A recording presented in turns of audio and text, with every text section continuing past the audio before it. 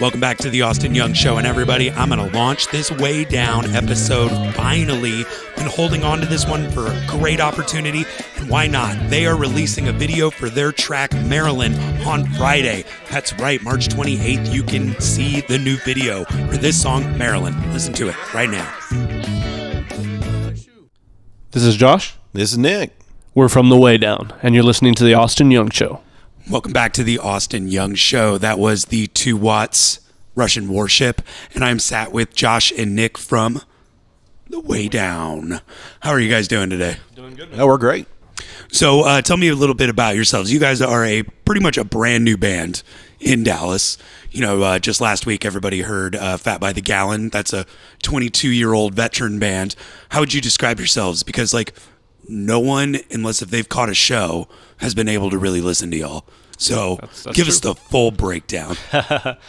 I've been playing music for 25 plus years. I've been in all sorts of bands. Started out as, a punk player and played metal for years after that, just because nobody in the little small town that I came from, it's like Central West Texas, was willing to play punk anymore.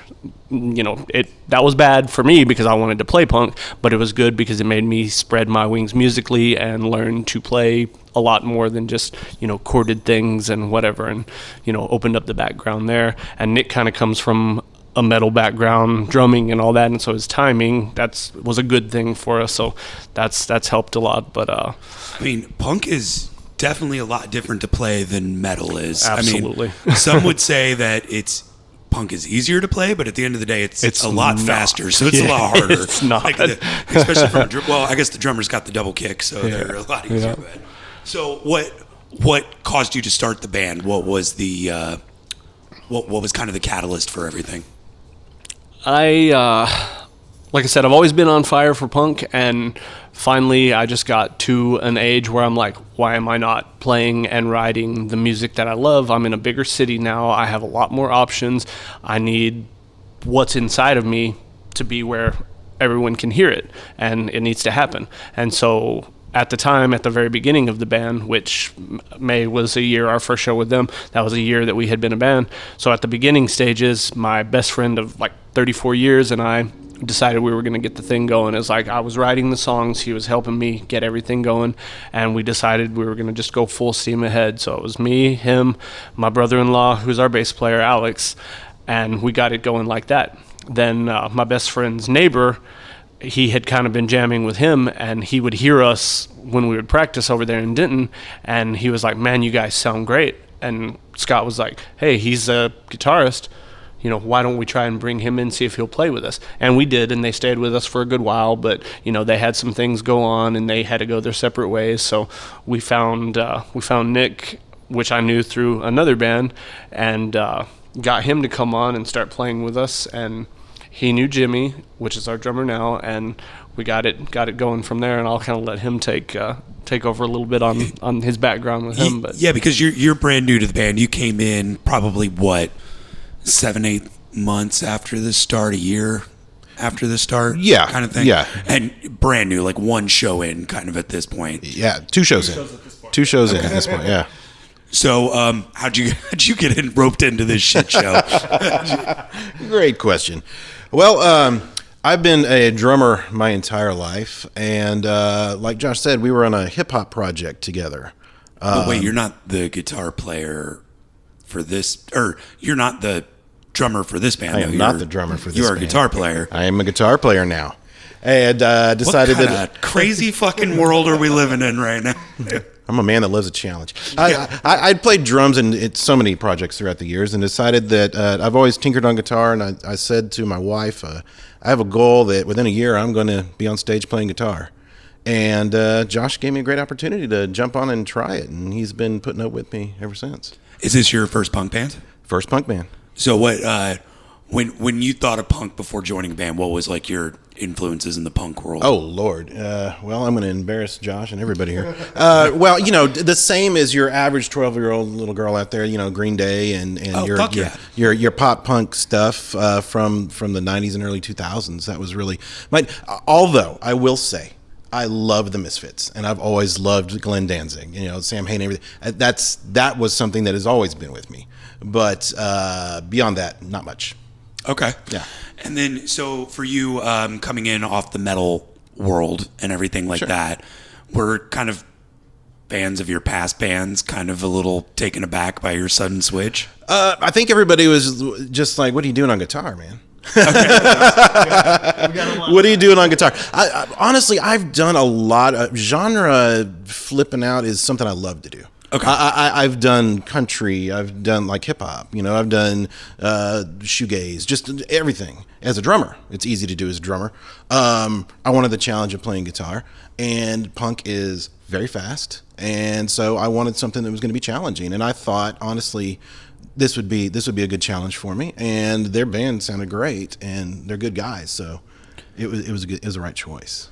So, like I said earlier, this is kind of a weird episode because y'all don't have anything out at the moment. Not currently. But you got some live stuff that we're going to rip some audio from and play a little bit. Yeah, I was going to say, we have a YouTube channel that has most of our shows that we put on there afterwards. And it's as much for us as it is for them because we want to learn. I joke with the guys, I'm like, Coach has got to go home and watch the tapes now. It's like flipping the combined effort. That dude films every show and then watches the tapes, and every performance gets better and better. Yep. So for everybody, describe the band. What is the sound? It is like dirty rock and roll meets skate punk. That's the most simple, just bare bones explanation of it. The dog's getting in everyone's face right now. But what? So sorry, my stoner brain went a little fine there for a second. Dirty rock with skate punk. Yeah, essentially. Absolutely. Is there any bands that you guys kind of were like, we want to sound like them but put our own spin on it?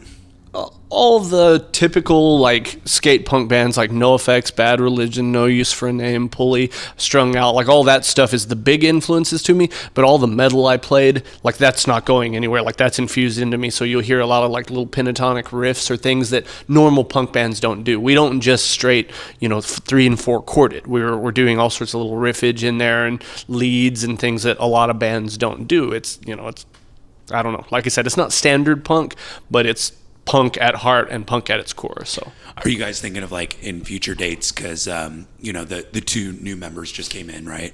So that kind of gives you all an opportunity to kind of shape the sound. So absolutely. Are you thinking of putting kind of more metal elements into it? We have one that's new that unfortunately at the last show we had some technical difficulties. We got cut 2 songs short and we didn't get to play it, but it's definitely got metal elements. And then there's a song from my brother-in-law Alex and I, that's our bass player. We had another band back in the early 2012, 2013 for about 2 or 3 years, and that had some stoner doomy, The Sword, Baroness, Red Fang, that type of element, and we brought some of that to this. We brought one of the songs, but we've put the more punk spin on it and allowed these guys to put their own spin on it. So the direction we're going now, it's still predominantly punk, but it's allowing all of us to put our own, piece into the puzzle, if you will. You can shine. And absolutely. Alex, is he from a metal background as well? He is as well. He's been in some pretty progressive type of stuff. The guitar player that he used to have in his other band, guy would play 2 different things at once, switch his hands around and flipping on top and bottom and some really cool stuff. It sounded like 2 people playing guitar, but it was just him. And so Alex, being the bass player, he had to keep up with that, and so his lines are real movey and flowy and groovy and just keeps things together. So he's adds something to punk that you might not get otherwise. Nice. Well, we're gonna go to a quick commercial break real quick. Now, do y'all have any music from your past band that I can throw on? You got a bunch of stuff if you want to throw something down for that. Your other band has stuff recorded, so we Nick, could do that. why don't you take us out on this one? What's the song coming up? This is by my other band, Wagon, and this song is After 8. All right, guys. This is All right, everybody. That was After 8 by Wagon Boss. That was Nick's old band, which he just said he played guitar for again. So kind of lied. Said that this was your first guitar project, and now you're flipping it up on us. Well, they started roughly at the same time. So nice. yeah. That band just played their first show with our second show. So I'm sorry. Yeah, they just played their first show as a reformed band when we played our second show, so they got to do double duty that night, which was fun. That's fucking rad. So I will say, what are your band crushes right now in the DFW area? Definitely Fat by the Gallon from Parts Unknown. D Worst, we love those guys. Good buddies with them. They're the worst. The worst. I fucking love that. That is the greatest marketing tagline ever. I'm like, whoever named the band Die Worst, and then it was like, you're the worst. Yeah. When they said that, I thought they were kidding, and they're like, no, really, and I'm like, that's funny and it's clever and it freaking works. So. Well, I saw them with Non-Starter at Reno's. Oh, I love Non-Starter too. Yeah, they're all cool guys. Sean and them and Anthony are really cool as fuck. But my favorite was they had the whole crowd shouting back at them, "You're the worst." So how's it been for y'all as a brand new band? Because you're obviously been in bands, but how has it been trying to break into it? I talk with bands that are kind of releasing their EPs or anything like that, but you guys are still at that crawling level at this point of how has it been trying to make your mark on the Dallas scene? It's been good, but it's been being older and knowing what to do, but with it not moving as fast as I either feel like or just not getting it to move as fast as I want is frustrating sometimes, because it's like I said, we started the band, we lost 2 members to life stuff, and then had to get 2 more, and it's like that could be debilitating to some bands. Some bands would just be like, okay, that's 2 members, that's enough, we're going to either start something else or we're going to just give it up. But I was like, hell no, we're not doing that. I was like, this is our baby. Alex and I have worked too hard for this. We're going to see what we can do. We're going to go kicking and screaming basically to fight for this thing. And that's what we've done. And now, like I said, as soon as we got them, we knew we had the right other 2 members, and it completed us. And, now we're just trying to go full steam ahead with that. And then Nick, would you say it's the same, or what's the area that you want to concentrate on at this point? Getting better and better and better. I mean, that's my MO. It's been my MO. I'm I wouldn't say musically trained, but I took music all through school, so it was just instilled in me. And Jimmy, our drummer too, we have known each other for 32 years and went to school together. We're on drumline together. Have that same instillment of work ethic in it, and Josh and Alex love that, and they bite it, and they want to do it too. So the work going on behind the scenes with us right now is just phenomenal. And so I think really what we're trying to do right now is get in and record. So we're getting everything polished, everything ready, some new songs with a new group, with all of us together to get in the studio and get something down. So we have something for everybody. What when it comes to the songwriting process, who's kind of the main songwriter? It's been me, but with them now, we're trying to give the reins over a little bit in that department, so we're all having more input. I've always been a guy that I bring in the structure and the bones, the lyrics and the main piece of the song, but I let the guys help me. Okay, this part's too long, that part's not enough, whatever. We move things where we need to arrange it as need be, and then it becomes usified, if you will, once everybody gets a hold of it and puts their stamp on it. So now it's being where, he's like, I came up with this riff, or Alex, I came up with this riff. Jimmy's like, I had this drum part that I feel like we should change here, that whatever. So everybody's got a say now, and we're all able to put our stamp on it, and that's what's making us unique and giving us the sound we have now, is that everybody has a creative voice. So it's... What do you typically draw inspiration from to write? What do you mainly write songs about? Just whatever I'm feeling. I'm a very hard on my sleeve kind of guy, and I've been through a lot of shit, and music is free therapy. So if it's something that's hurt me in my life, it's probably going down on paper. Have you ever been much of a songwriter, Nick? No. Honestly, in Wagon Boss, I actually wrote my very first song. So that is very recent. But no, I enjoy adding. I enjoy the process, the collaboration with everybody, if you will. Since guitar is newer to me too, I'm kind of like your typical 15-year-old that just got a guitar and like, whoa, all these sounds and things that I can do. It's great having the years of experience in music that I've had to kind of know what I should do. So it's a cool thing. But what I'd like to say about the writing process in this band Wait till is he discovers pedals. Yeah. Oh, I have. I'm the pedal guy of the band. I play with no pedals. He plays with Yeah. Josh and Alex, when I was taught everything, one of the things that made me say this is where I'm sticking was Josh said, "Well, I taught you the notes. Do what you want." And that freedom with his already written songs just it made me feel great, and it's allowed us to do a lot of things that together we were able to really hone some of these songs down to where I think we all really like them a lot now compared to where they were. What's your drummer like? We haven't really talked about your drummer. He's quiet. He's a drummer. That can be different, man. I've had some drummers in here that they just unload. just take over the show. Oh yeah. No, Jimmy, when he says something, it's going to be important because he's not just yakking to yak. He's not just throwing pointless shit out there. If he says something, it's because he means it or because it means something, and that's pretty cool. Because a lot of people, like me, you get nervous, you talk too much, or you whatever, and you sometimes say more than you should. And he's a man that doesn't waste words, I guess. Well, that's good. What was his background? Did he? Because he just came into the band as well, right? Yeah, he did. Jimmy has, like I said, we were in drumline together all the way back in high school, and it's been quite a few years. But Jimmy's been in quite a few different punk bands throughout the years, and I would. Any recommend? Hot Cake Hand Grenade. They were called something, Authority Zero or something. Oh, Patient Zero, and then yes. COVID happened. Yes, and then that fucked the world up. That's exactly, and that's kind of when Jimmy that messed everything up, and he was on his own thing. And okay, yeah, so not their current drummers. No. Okay, cool. No, not the current drummer. He was when they were still called Patient Zero. Okay. I'm really glad they changed that name because there was no way they were going to get through that Google feed after COVID. Yeah, nope. Yeah.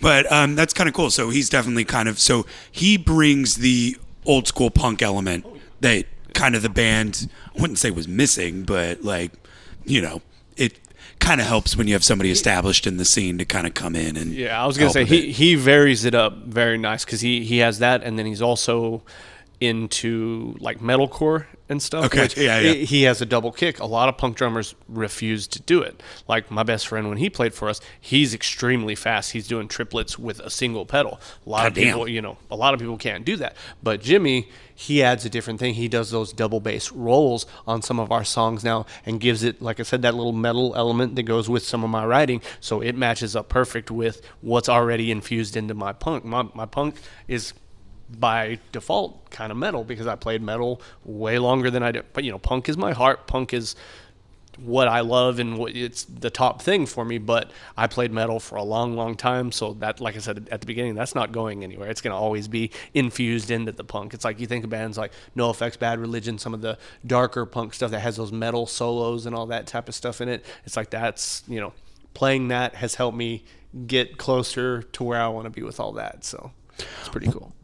With all that happening, you're getting into it. You want more people to see.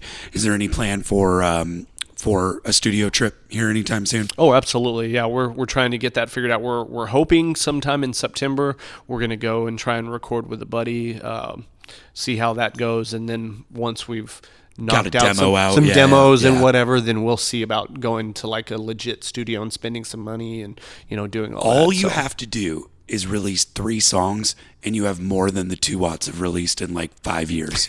So it's like, Ken, I'm shaming you right now. Like, release some fucking music. I keep trying to, because we haven't played with 2 Watts and we haven't played with Sorry for Swearing. Is that their other band? Yeah, and then they've got another one. I think I was about to say those are the only 2 I know, but I keep trying to get something. As my dog harasses you some more, feel free to just push her off, guys. She is unfortunately loves everyone a little too much. But yeah, like Ken can release some music. Terry, get on his ass. But the cool thing is you guys have gigged a lot, and plus you've been in past bands. Favorite and least favorite venue? Favorite was, for whatever reason, we always had bad sound there because we never got the 3 or 4 times we played there, we never got their sound guy that was supposed to be like the main one. But I loved playing there, and I loved the booking lady. It was O'Reilly's, and it doesn't exist anymore. I just loved that. I call it my COVID venue because every show I went there, I managed to get fucking COVID. Oh man.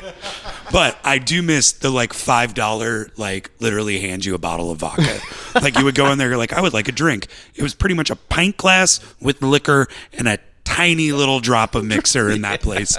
You'd be shit faced before anything happened. I would have gotten in trouble in there when I still drank, so I'm glad I was sober by the time I discovered that place. But well, it's funny because I met Ken and Terry at O'Reilly's. Oh, nice. But not seeing them, it was like a band called like Stuck on 45 or something like that, and the Chumleys. Oh, I've heard of them. Yeah. R.I.P. Chumleys. But like that venue to me was kind of awesome because it was giving North Dallas a venue kind of like Three Links but seedier, a lot seedier. It was kind of awesome. It reminded me of the little dive bars from back home that I used to play with a lot of stuff, and it felt comfortable. And the way the staff was there, the owners, Miss Kim that was the booking lady, and all the jokes about loading into the back door that she pushed, and she was serious about you better load in that goddamn back door. So, but it was awesome. It was just good vibes there, and I don't know that I have a least favorite venue, to be honest, because there's a lot of the places we've only played once. Like Reno's a lot. We've played there a lot. Joseph has helped us out. He's the booking guy there. Reno's is always cool. Nice. Steve, one of the owners, is always fucking cool. Trying to get into Three Links. We're trying to break into more places that we haven't played, but I just don't like. After not being in a band for as long as we weren't, and then coming back like a little over a year ago, I'm still trying to figure out who books where and all that. And just like I said, I want to play with more of the punk bands. I want to bring the punk scene. I don't know that it was ever dead or dying or what, but I want it to be a resurgence. I want it to be like it was in the 90s and early 2000s when everywhere you looked, punk was blowing up. I want it like that again. I will say, like, punk is having a renaissance right now, like especially in Dallas. Like, the scene is strong. Yeah. I think it was either the Observer or the Dallas Morning News ran an article just recently saying that DFW has the most diverse punk scene, that you go to like places like Austin, Houston, or OKC and a lot of these other places, and it's literally just cis white men. And you go to Dallas, you will see like there's like Cayuga All Stars. You have all these amazing We Beasties bands. that has this amazing like just cast of characters that it's great. Their live shows insane. Yeah, it's like, Dallas punk is gay, straight, black, white, Indian, Chicano, everything. I love that. Fucking awesome. That's my favorite part about Dallas. When I moved here, I was like, man, you see anybody and everything here. And it's like the town I came from, it was so right-wingy and closed-minded and just, small town, small mind syndrome, and just a lot of people from there just, push their politics, their religion, and their whatever down your throat. And it's like, here you can at least be a little more free to be who you are and not be judged. And, that's the great thing about punk, obviously, is in most scenes, especially here, as you said, it's like you don't get judged for being different. It's like it's a scene where you can feel free to fucking be yourself. So, yeah. What, Nick, you want to add on to that? Yeah, the thing that's the thing that I've always loved in playing in the Metroplex in general, even throughout all the years, even back in the 90s, is that it's been so open to everybody and everything, and you're never pushed away. Like, I've played in Austin, I've played other towns where, it's cliquey. And if you're not in the cliquey, then, you know it. You know it well, and you play the shows, and you're that out of town band, and you're not welcome. And it's like you play here, and I've been always the local band from DFW, but out of town bands have always played with us. It's like, come on, dude, let's buy you some beers, let's hang out. What are you guys doing? Let's come back, come play with us again. We'll get you more shows. And joining the punk scene for me This is the brotherhood that I had never really seen at this level. This is so cool, and I really enjoy it. It's not like that everywhere, and Fort Worth to Dallas is different too. Oh, Fort Worth is hugely different. That's where I was brought up, and that's where I came up, was in Fort Worth in that scene. Well, and we always say that the like Dallas, Mesquite, Garland is like the punk, and then Fort Worth for some reason is hardcore. Like the whole hardcore scene exists in Fort Worth. Yeah, and it's I mean, I guess all that cowboy repression has to come out somewhere,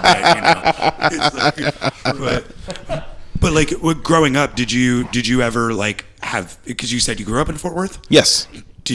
Were you ever like, because it's mostly a country and rock city, were you ever punk or picked on for being the metal punk kid? Yeah, of course. Yeah, in high school, it was that's how it was. Metal punk kid, back then, I'll date myself, it was grunge. I was a grunge kid. It came about in the right time. If grunge hadn't been there, I probably wouldn't have gone on with music through my life. And that scene was strong back in the day. But Fort Worth to Dallas is a lot different. I really want to help Fort Worth get a punk scene going if I can. So I think that if we can get over there and start getting some of these other great bands from out here to come over, that we can really kick it off over there, over on the west side. We're in the awesome years of our lives. Like we're in the good part of it. Like, how does it feel being a punk rock dad? Like, is it like, does it make like the experience different? Because obviously you're not trying to topple the system at this moment. Try to play a great show, try to have fun, try to not have to take too many Advil the next morning. Look at wear sensible shoes so you don't get hurt. Things that you got to think about when you get older. Because I told the guys from Toxic Madness, I was like, he was like, "What advice would you give me?" And I'm like, "Go get fucking insoles." Like, now. Absolutely. Make sure your Vans are the pros now. Yes, absolutely. Vans, they now know, like they can like know their audience and everything. Like, why do you think we all switched to Doc Martens at some point? But like, so for you, it's now just having a fun time. And like, is playing music for you still the escape it was when you were a teenager? It's more of an escape now. I work a corporate job, and it's very lame. So ultimate escape. I mean, I don't know what I'd do without it. But like, for you, same again, like punk rock dad. You agree with Nick? 100%. It is like I said at the beginning. It's my therapy. It's like, it's way cheaper than therapy. It's all that. It's pouring whatever demons I have out onto that paper and putting it out there so I can be the goofy, happy, spooky kid that I want to be, and be good to my kids, be good to my wife, and do what I've got to do. And that without music, I wouldn't be able to do that. I'd be a miserable, lonely old man sitting in a corner somewhere. So music is definitely that. It's an escape, and it's necessary. Well, that leads me to my final question I ask everybody. Y'all, a 15-year-old comes up to you at your show, and they're like, I want to start a band, or I want to, do whatever. What is your advice you give to them with all your years of knowledge and wisdom? Yeah, you go first. All right. He's got this. All right. Number one, don't give up. Fuck yeah. Don't give up. If you suck, you do. You start off, you suck. Don't give up. Suck, and don't give up. And you just keep on going and keep on going and keep on going, and you will chip away and get better. But the work ethic behind being successful in music, and that success is what you want it to be. I mean, just being in a band and playing it for a year solid without breaking up, that's success for a lot of people. And so I would always instill a good work ethic and don't give up, and don't be afraid to try new shit no matter what a motherfucker says about it being lame. Try it anyway. That's my advice. Great. All right. Now you're on the hot seat. Yeah, that's good. I would say just, don't give up. People are going to tell you suck. That's going to happen. And like Nick said, you are going to suck at first until you get better. You got to get, you're die worst, you're the worst. The worst. And you got to get your feet under you, and you got to get the experience, and you got to get in there and just freaking do it. Just have fun with it. Don't take yourself too seriously. I still have to tell myself that every day, just because that's instilled in me. That's who I am. It's maybe part of how I was raised, but I just, get out there, keep doing it. Don't take yourself too seriously. And like you said, you'll chip away. You'll eventually see yourself getting better. You'll see more shows. You'll gain traction. And it's like, it'll happen. It's, just keep going with it. It's almost like what you said, see more shows like that. I feel like that's also a really common answer with a lot of people. A lot of people always say, like, go to shows. Yes. Go to shows and play shows. That's the two things. It's like you can learn from what you're seeing from these musicians you love, and then in playing shows, even if you're playing some bad shows, you're still playing shows. You're getting the experience. You're knocking the dust off, the rust off, whatever, and you're going to get better. You're going to get used to it. You're going to get used to being in front of people. You're going to do what you have to do, and eventually you'll shine. Awesome. Well, guys, it's been an absolute fucking pleasure having you on. Shout out your social medias. Where can people find you? Where can they... We'll set up the new donate spot at the bottom of the episode. Yeah, let's get these guys in the studio. But shout out your socials real quick. Yeah, we have Facebook, Instagram, and TikTok. It's The Way Down on TikTok.